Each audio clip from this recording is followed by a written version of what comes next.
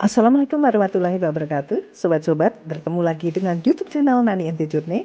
Jangan lupa subscribe, like, komen, dan tonton sampai selesai. Sebarkan kalau bermanfaat. Sobat-sobat, kali ini saya akan membuat bubur labu kuning.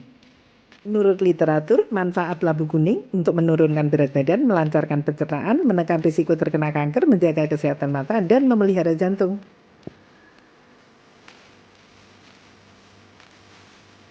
Ambil labu kuning yang sudah dibersihkan. Kalau saya memang saya kukus sekalian dengan ininya yang saya udah cuci tapi sekalian dengan kulitnya, jadi tinggal saya kerok gitu.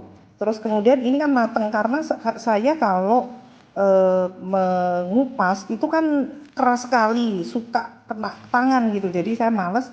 Jadi saya kukus sama kulitnya baru saya bersihin. Jadi yang sudah ini langsung saya kerok pakai sendok. Jadi ini udah saya kukus, terus kemudian saya kerok pakai sendok. Udah saya bersihin atasnya, biji-bijinya dan atasnya saya kerok sama sendok, baru saya blender.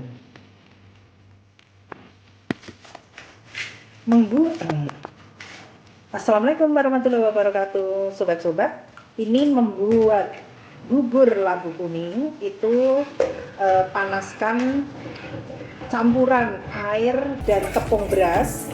Itu airnya kurang lebih ini 800 ml, nanti sebagian dipakai untuk tepung beras sama sebagian untuk memblender labu kuning, karena kalau saya blender itu biasanya mesti harus ada air juga gitu. Terus kemudian kita kasih gula kurang lebih 5-6 sendok karena senengan ya, kadang ada yang manis ada yang enggak gitu. Terus kemudian ditambahkan tadi ini campuran airnya air santan encer sama campuran tepung beras. Tepung berasnya itu 7 sendok makan. Kita aduk terus gitu. Kita campurkan air setengahnya, kurang lebih 400 ml sampai 500 ml air.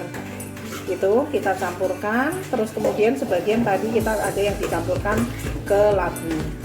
Labunya kita saring. Kalau saya biasanya saya saring karena takut kurang lembut. Kan kadang labu itu ada yang berserat, ada yang halus gitu. Kebetulan saya kali ini mendapatkan labu yang berserat. Ya, ini kalau udah mau mengental, nanti kita akan masukin labu. Jadi airnya apinya dan besar-besar ya, ini bantu besar gitu. Ya. Apinya jangan besar-besar. Aduk terus. Ini udah mau ditampilkan labunya. Ini kalau udah mau menggumpal gini, dicampurkan nanti. Ini tadi udah dikasih garam sama vanili. Takutnya ini, ayo dicampurkan labunya. Labunya dicampurkan enggak? Labu yang sudah disaring kita campurkan. Takutnya ini ya. Nih, kita akan nih. Ya, karena labunya pun kita kasih air. Kalau enggak, blendernya kurang lembut, karena labu saya kebetulan kali ini dapat labu yang bersama.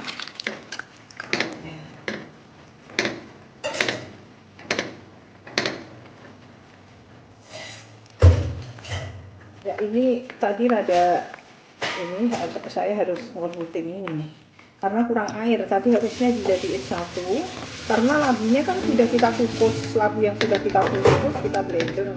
Jadi biasanya sih saya sekalian gitu, tapi karena labunya memang sudah kita kukus, jadi ya udah. Ini ada gumpal-gumpal, kapan nanti halus kok. Ini Kak, saya memang sudah buat beberapa kali bubur sumsum labu kuning ini, tapi ini tadi karena saya dapat labunya yang agak berserat, jadi saya blender halus dan saya saring. Biasanya saya tidak saring, langsung saya blender gitu aja, atau saya lembutkan dengan sendok atau garpu, itu sudah cukup. Tapi ini tadi karena dapatnya labu jenisnya itu yang berserat, jadi saya harus membagi dua airnya. Biasanya saya lembut ya, ini tapi rada PR sedikit sih, memang lembutin tapi pasti tetap enak rasanya. Rasanya pasti enak, apalagi baunya harum, dikasih vanili, dicampuri gula, terus kemudian nanti makannya, ini tadi makannya pakai santan yang sudah dibuat kamel gitu, jadi santan yang dikentalin, jadi santan direbus pakai sedikit air sama garam sama vanili dan daun pandan juga, terus kemudian makannya sama itu, jadi seperti makan bubur sumsum biasa. Kalau bubur sumsum biasanya kan pakai gula merah ya, kalau ini pakai santan karena ini udah kita kasih gula pasir. Matang, kita nunggu matang sampai meletup-letup, nanti baru kita angkat. Apinya sedang saja.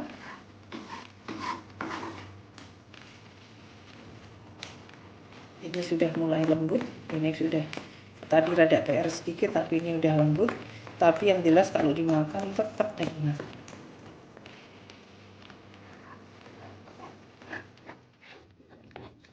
Sudah mulai meletup-letup lembut.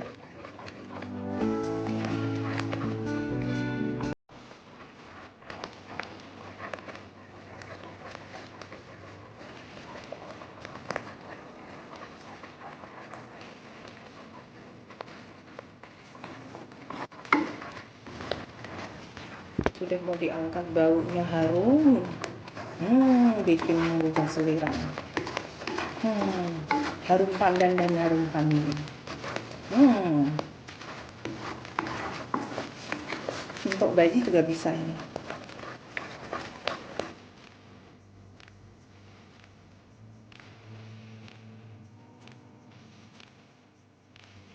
Sebenarnya kental dan tidaknya santan itu tergantung selera. Ini tadi satu bungkus kara yang 60 ml. Ini diaduk terus, ininya santannya diaduk terus.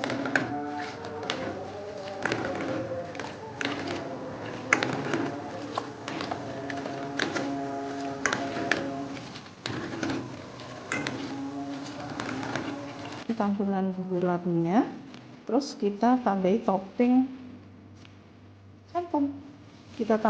santan. Nikmatnya. Inilah bubur labu kuning. Ini karena sudah dikasih gula pasir tadi ya. Ininya di labunya, campuran labu sama tepung berasnya udah dikasih gula pasir, jadi kita tambahi toppingnya adalah santan.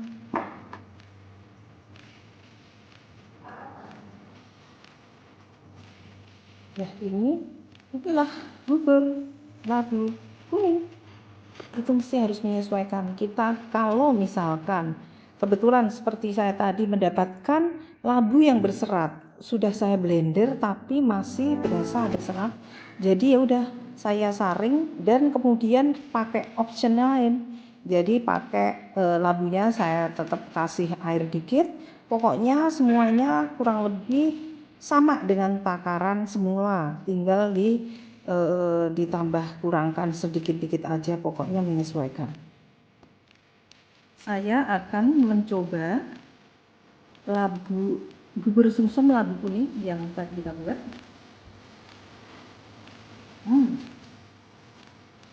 Rasanya enak, gurih, manis. Kalau saya sih ini tetap rasanya kemanisan ya. Saya sih tadi padahal ukurannya udah pas, tapi ini masih manis. Rasanya enak.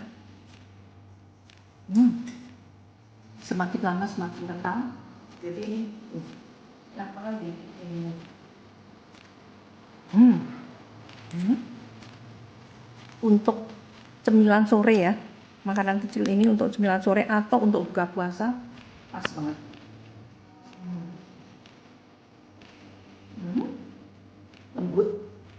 Lembut, enak. Memang tampilannya kurang biasanya kan warnanya sampai yang orange gitu. Tapi tadi kan saya ini beda, saya saring tadi labunya. Pokoknya bersungsung aku ngamos. Habis sudah? Enak-enak.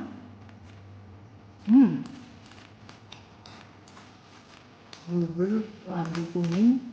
Pokoknya kalau dipakai untuk camilan sore atau untuk buka puasa, mantap banget sampai habis. Enak banget. Sobat-sobat, selesai sudah perjumpaan kita kali ini. Semoga YouTube channel saya Nani and the Journey bermanfaat.